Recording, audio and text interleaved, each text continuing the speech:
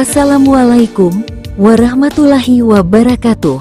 Halo sobat semua, jumpa lagi dengan Dokter Online, channel yang memberi wawasan dan pengetahuan seputar kesehatan manusia. Pada kesempatan kali ini kita akan membahas tentang salah satu penyakit yang paling mematikan di dunia. Di Indonesia sendiri lebih dari 1,3 juta jiwa pada 2023 yang lalu. Dan apakah penyakit yang dimaksud? Yuk langsung saja ke videonya.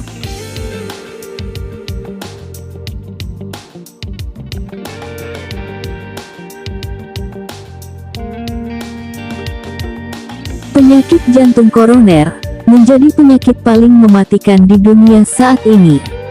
Menurut Kementerian Kesehatan Indonesia, pada tahun 2023 yang lalu, angka kematian di Indonesia sendiri mencapai 1,3 juta jiwa. Dengan kelompok rentang usia 45 tahun ke atas yang memiliki risiko tinggi, dan 80% diderita oleh kelompok laki-laki. Lantas, mengapa disebut mematikan?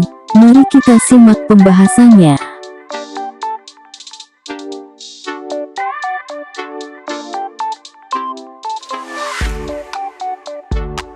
1. Pengertian.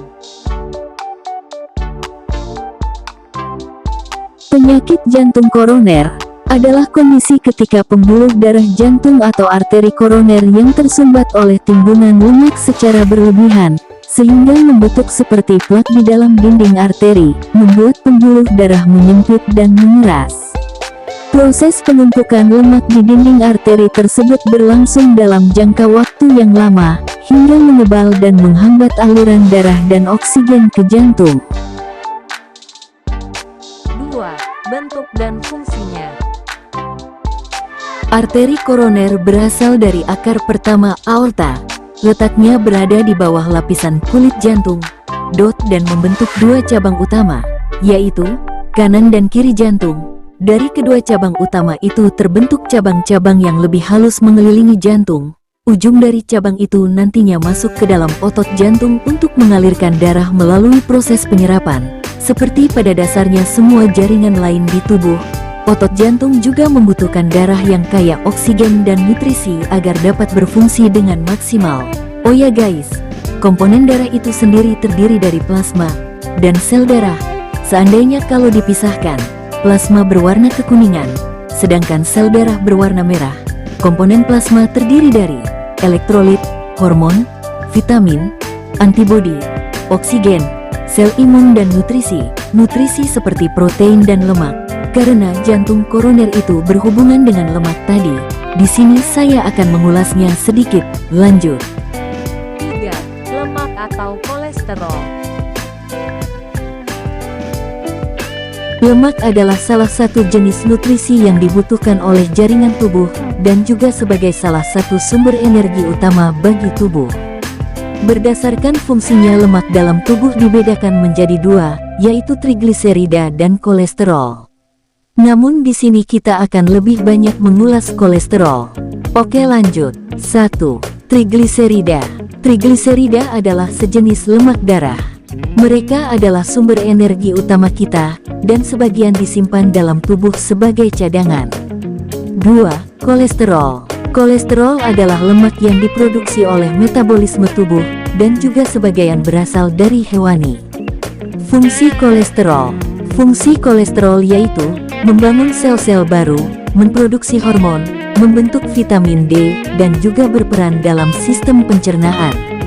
Perlu diketahui bahwa kolesterol tidak dapat larut dalam darah, sehingga ia bergabung dengan protein dan disebut lipoprotein. Nah, berdasarkan kepadatannya, lipoprotein terbentuk menjadi dua jenis, yaitu high density lipoprotein, atau disingkat HDL, dan low density lipoprotein, atau LDL. Kapan dikatakan kolesterol jahat? Yaitu, jika kandungan LDL lebih banyak dibandingkan HDL, kelebihan LDL akan mengendap di dalam arteri, dan menjadi plak, sedangkan jika kelebihan HDL dia akan sendirinya kembali melalui darah menuju hati dan dihancurkan kemudian dibuang ke melalui fesis. Untuk itu keseimbangan antara HDL dan LDL diperlukan, karena HDL ini sifatnya mampu mengikat LDL untuk dibuang keluar tubuh. Penting bagi kita untuk mengkonsumsi lebih banyak lemak yang mengandung kolesterol HDL, agar kolesterol LDL menjadi berkurang. 4. Pola makan dan gaya hidup sehat. 1. Menjaga berat badan ideal. Obesitas atau kelebihan berat badan merupakan salah satu faktor yang dapat meningkatkan kadar kolesterol dalam tubuh. Selain itu, orang obesitas lebih mudah terserang penyakit. 2. Rutin berolahraga. Membiasakan diri berolahraga secara rutin selama 30 menit setiap hari mampu membuat tubuh tetap bugar dan menurunkan kadar kolesterol dalam tubuh. 3. Mengelola stres. Ketika stres, tubuh kita bisa melepaskan hormon kortisol dan adrenalin. Senyawa tersebut diketahui mampu meningkatkan kolesterol dalam tubuh. 4. Menghentikan kebiasaan merokok. Di dalam rokok mengandung zat nikotin yang dapat membahayakan tubuh, sehingga memicu berbagai macam penyakit termasuk penyakit jantung. 6. Membatasi asupan makanan yang mengandung lemak jenuh. Gorengan menjadi salah satu makanan yang paling banyak kita jumpai di pinggir jalan, dan menjadi makanan favorit di masyarakat kita, yang tanpa kita sadari ternyata tidak bagus bagi kesehatan. Adapun jenis makanan lain, seperti makanan cepat saji, makanan manis, daging merah, produk olahan susu, dan roti yang dipanggang. 8. Mengonsumsi makanan penurun kolesterol dan berserat. Beberapa pilihan makanan yang dapat membantu menurunkan kadar kolesterol yaitu sayuran hijau, beras merah, pisang, kedelai, kacang-kacangan, ayam, telur, hingga ikan salmon. 9. Ganti minyak goreng Anda. Bagi penderita jantung koroner, penggunaan minyak goreng perlu diperhatikan. Minyak goreng yang sering kita jumpai di pasar mengandung lemak jenuh yang berbahaya bagi jantung.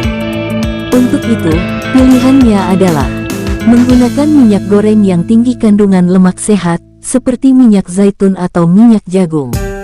Oke, sobat semua, mengurangi bukan berarti tidak boleh, dan mengajurkan tidak harus berlebihan. Ikan hiu makan tomat, semoga kita selamat dari koroner.